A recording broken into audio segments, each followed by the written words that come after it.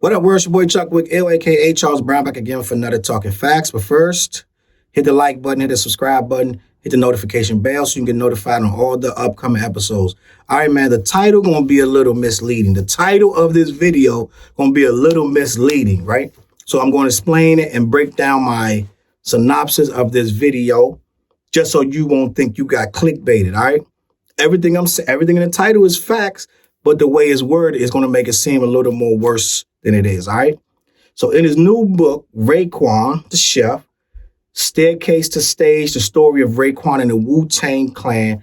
Raekwon, I'm not going to say this is a tell-all book, but it's just telling about his life and his experience with the Wu-Tang Clan.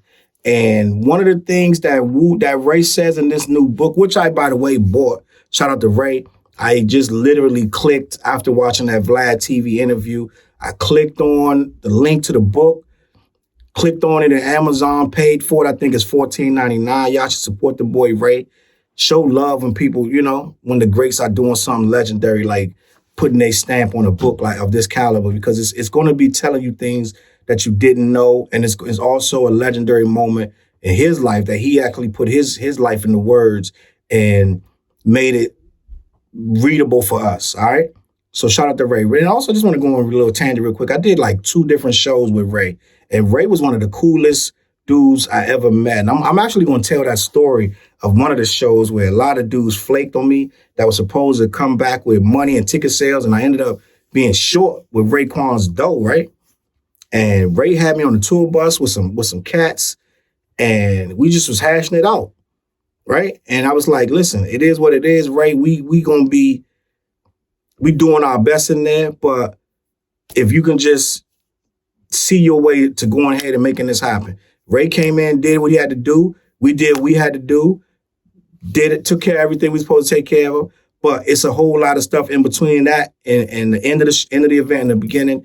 I do it on my other channel. It's called Promo Stories, What Really Happened.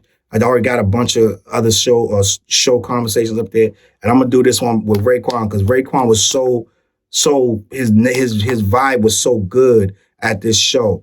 And he came in and did what he needed to do. And I salute him for that, all right? But anyway, before I get off topic, this book that Ray has just dropped, he made some really, really crazy confessions in this book. One of them is that a lot of the Wu-Tang members would, first of all, they wasn't happy with the album, last couple albums they was making. Not now, but back then, like when they were doing Forever and the albums subsequently after that, especially a lot of them albums after that, like 2 albums after that, when RZA started doing all this stuff that was really weird. It's like people's like, this is trash.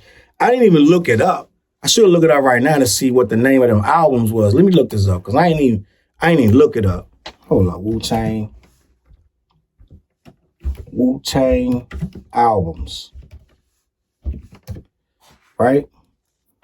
What's the name of this Wu-Tang album that we just like, oh God, oh yeah, Better Tomorrow, yikes.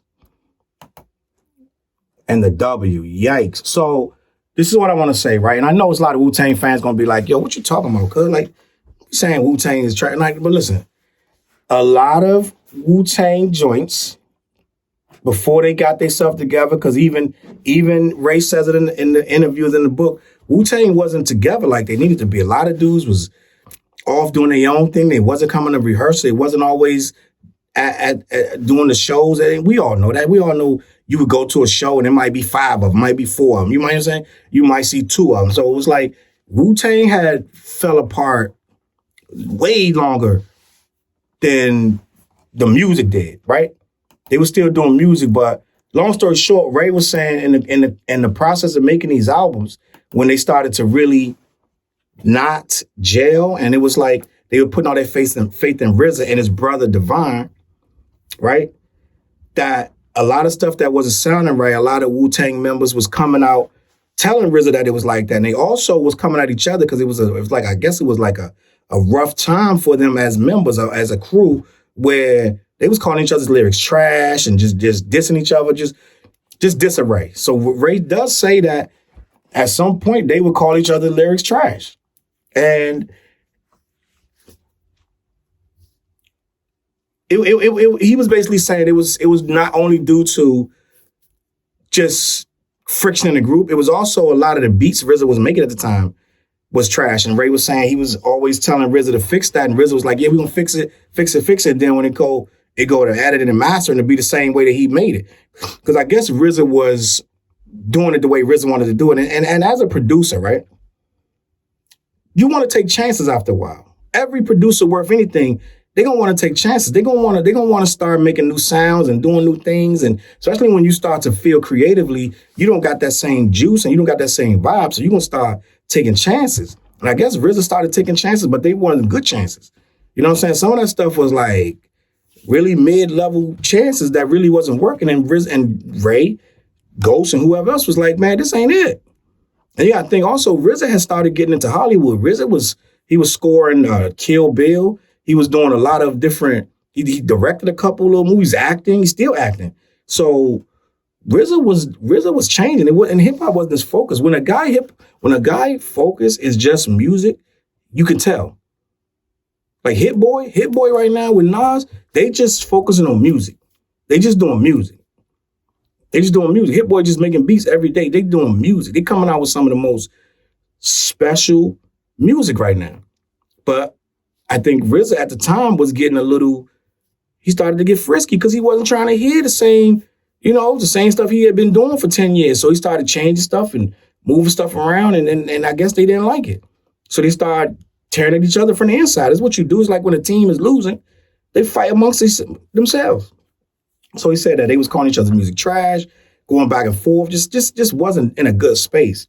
And then he was saying that with all that going on, they started questioning RZA's brother Divine, who was, if you watch the Wu-Tang show, they came up in it together, and RZA made Divine the manager of the whole team, right?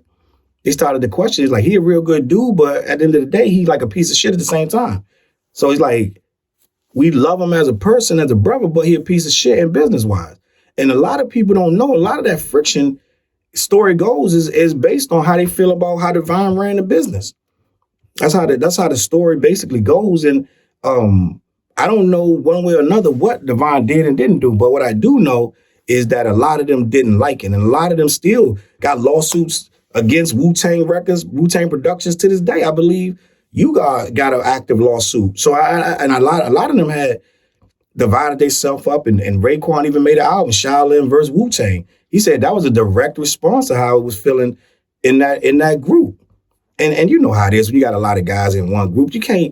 You're not going to be able to keep all that, especially if their head is going all these different ways. He going and acting and directing and all that. He not even focusing. So imagine if the head is all over the place, the body going to just do what it want to do. And when there's that many people, 8, 9, 10, you got all these hangers on, Wu, Sons of Man and all this stuff. It's too much. RZA had started doing Bobby Digi, and he had started doing what's these guys' name? Blood. He started doing that hardcore stuff with Prince. What's his name? Divine. Not Divine. I can't remember right now because it happened so long ago. But they started doing all this different. He was doing all this stuff that was Wu-Tang related. He started feeling himself, and people was reaching out. Yo, RZA do this, RZA do that, and he started letting the underlings do a lot of the beats and a lot of the production and a lot of the concept building, and it changed as anything is going to do. But at the end of the day, RZA was unfocused, so it made the clan unfocused. And so you can't just jump back into that and be, oh my, are you still making these dope beats? No, you don't work like that. When you're doing all this other stuff and you're trying to, grave diggers, that's what it was, grave diggers. You're doing all this stuff, grave diggers. RZA had jumped into grave diggers, started doing all that hardcore music and this and that. You can't do all that and still be sharp as sharp as a tack, right? So the clan started to suffer as a whole. And I think RZA pulled them together because they was about to lose it all. And decided that, all right, we're going to get back focused. And for the last couple years, Wu has been very focused. This whole thing with the show, they started showing up for tours, and they just started being a lot more. You could tell that they took it more serious. They took it more. We aren't owed this. Nobody owes us this. Because at one point it felt like Wu didn't care about the fans. It felt like they didn't give a shit about us. it felt like, man, we don't care what y'all think. We're gonna do what we want to do. We're gonna put out the music we want to put out. We're gonna drop sequels to albums that we consider classic. We're gonna do whatever we want to do. We're gonna do whatever we want to do, and y'all just gonna eat it. And it is what it is. And I think after a while, they had to realize that the fans make them. They don't make themselves, the fans make them. And they got a little more focus. And this TV show was genius, right? But end of the day, Raekwon, this book that he got from the streets, from the staircase to the stage, is very eye-opening from what I'm hearing from the way he's describing it. And I think what we're going to learn is a lot of these crews ain't what we think they are inside. It's hard to keep 8, 9, 10 grown men on the same page. And that's all he's telling you pretty much. He's saying that we're not perfect. We was never perfect. And RZA ain't perfect. A lot of people like to make RZA into, yeah, he did what he did for the crew. But at the end of the day, we needed the whole crew to make that happen, not just RZA by himself. RZA tried it by himself and he got dropped, right? When he was Prince Rakim or whatever he was. But as we saw the Wu-Tang become what they became, we began to love them for their faults as well, right? We began to love everything that they did. We saw that the mistakes they made. We saw ODB die, and we saw some of these albums come out and not be what we expect them to be, like T.H.E. I didn't think, most people would not say T.H.E. was a dope album. It had some of the dopest singles ever. I think 3 of the best singles in hip hop history came off of that album, right? Method Man, You're All That I Need with Mary J. Blige, and I think T.H.E. or I Came to Bring the Pain, Hardcore to the Brain, Let's Go Inside My Astral Plane, My Mental, based on instrumental records. That joint, right? These joints, not T.H.E., but that joint. But other than that, some of these albums fell short. But what we did learn was that, end of the day, these guys are the most talented crew in the business, and they are some of the best lyricists and just human beings that we will ever meet, right? They put their heart on their sleeve, and I love Wu for that. I'm always gonna be a Wu head, and I'm gonna call them out when they wrong, because I did call them out a couple times when they was wrong.